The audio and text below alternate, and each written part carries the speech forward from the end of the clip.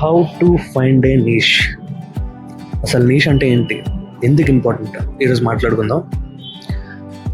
మనం నీష్కి తగ్గట్టు కంటెంట్ చేస్తే ఒక సర్టెన్ ఆడియన్స్ బిల్డ్ అవుతారని చాలామంది చెప్తుంటే నేను విన్నాను, నేను కూడా ట్రై చేశాను. Majority of the people niche follow అవుతారు. సో నీష్ ఫాలో అయితేనే వ్యూస్ వస్తాయి, నీష్ ఫాలో అయితేనే మనం కంటెంట్ క్రియేషన్ అనేది బాగా చేయగలం అనేది ఒక మిత్. సో నీకు ఏది నచ్చుతుంది, నువ్వు ఏది ఎఫర్ట్లెస్గా చేయగలుగుతున్నావు, నువ్వు ఏది ఎంజాయ్ చేస్తూ కంటెంట్ క్రియేట్ చేయగలుగుతున్నావు అనేది మనం కంటెంట్ క్రియేట్ చేస్తూ ఉంటేనే మనకు అర్థమవుతుంది.